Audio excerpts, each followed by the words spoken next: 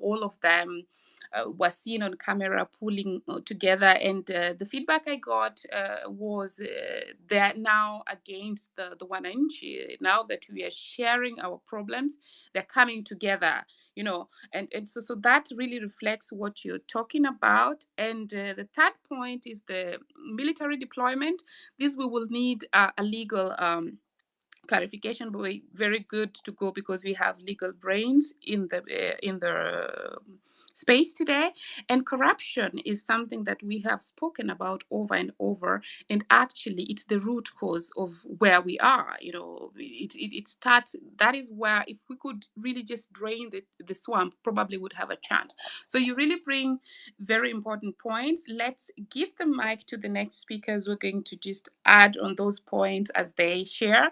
Dr. Miguna, kindly guide if you want to speak first, or if I should put Dr. Mutunga first. Either is fine with me here. Yeah, Maj, I believe Dr. Mutunga said that he would speak when he wants to. I'm not sure that he wants to speak now. If he does, by all means, everyone is free to speak when they want to speak. I could add my voice if Dr. Mutunga does not want to speak now. And everybody else, you are free to contribute. This is a free platform. This is not BBI where the train left and nobody could get onto the train. We are having a discussion, a robust discussion. So, Dr. Mtunga, if you're not prepared to speak now, I could go on. I'll come in after you, General. Okay, thank you. I thank Tony for giving that historical background. I think it is very important for us to always ground ourselves on firm foundations of history. It was ironical that the same Ruto stated a few months ago, or maybe a year ago, that history is useless. He said some studies or some programs or courses or disciplines at the university level are useless, and history was one of them.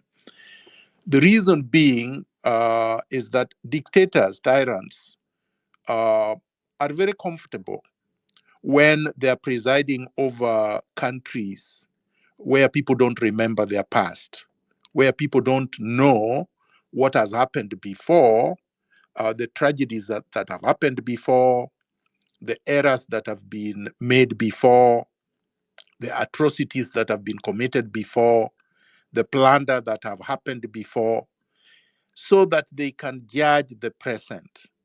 Without that historical context, you would not be able to judge the present. Number two, without a firm foundation and grasp of history, you would not be able to know who is deceiving you, who is duplicitous among you, who is always betraying the people. Raila Odinga, as Tony has said, has betrayed Kenyans since 1982. He betrayed Ochuka Okumu and all the people that participated in 1982 coup attempt against Moi, against the autocratic government of Moi. And everyone else that was with him was hanged.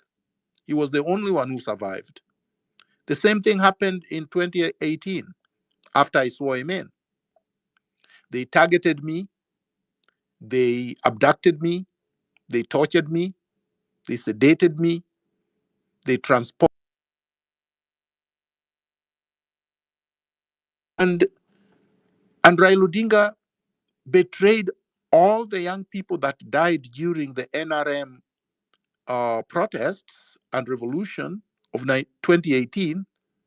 And there were a lot of people who died, and made a deal with Uhuru Kenyatta at night and turned up at Arambe House, quote unquote, having a handshake and saying that he was putting the country first, said that he was going to make sure that there was justice for those who had been killed and maimed and tortured, but then just filled his tummy and forgot about everybody else.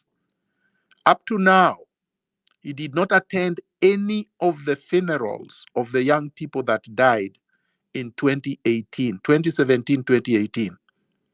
Raila Odinga has not mourned Chris Msando, who was murdered to prevent the elections of 2017 being credible and transparent.